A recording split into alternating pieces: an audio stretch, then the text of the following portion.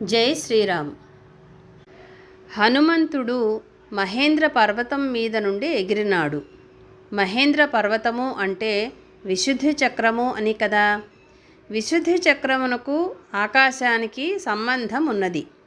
ఉండటం చేత ఆకాశానికి సంబంధించిన మార్గంలో వెళుతున్నాడంటే హనుమంతుడు తాను ప్రజ్ఞాస్వరూపుడై ఆజ్ఞయందు ఉండేవాడు.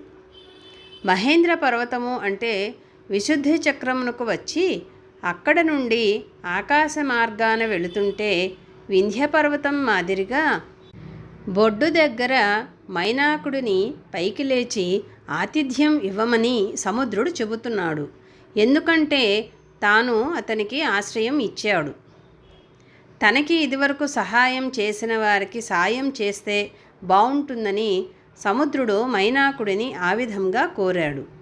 మనలో ఆ విధంగా అర్థం చేసుకోవచ్చు. మైనాకుడు మనలో మణిపూరక చక్రము. అది ఎటైనా వెళ్ళగలదు, పైకి వెళ్ళగలదు, కిందకి వెళ్ళగలదు, ప్రక్కలకు వ్యాపనం చెందగలదు. సృష్టిలో మనసుతో చేయలేని పని ఏమీ లేదు.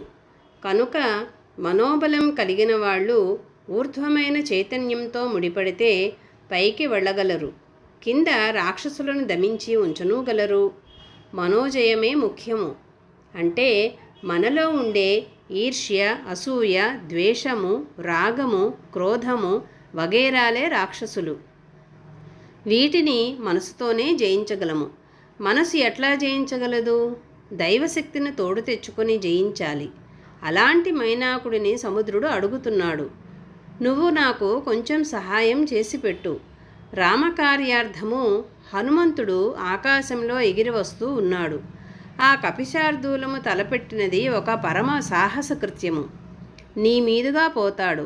సీతాదేవి త్రికూట పర్వతం మీద లంకలో బంధింపబడి ఉన్నది. త్రికూట పర్వతం మన మూలాధార చక్రములో ఉంటుంది. అక్కడ ఆమె బంధింపబడి ఉన్నది.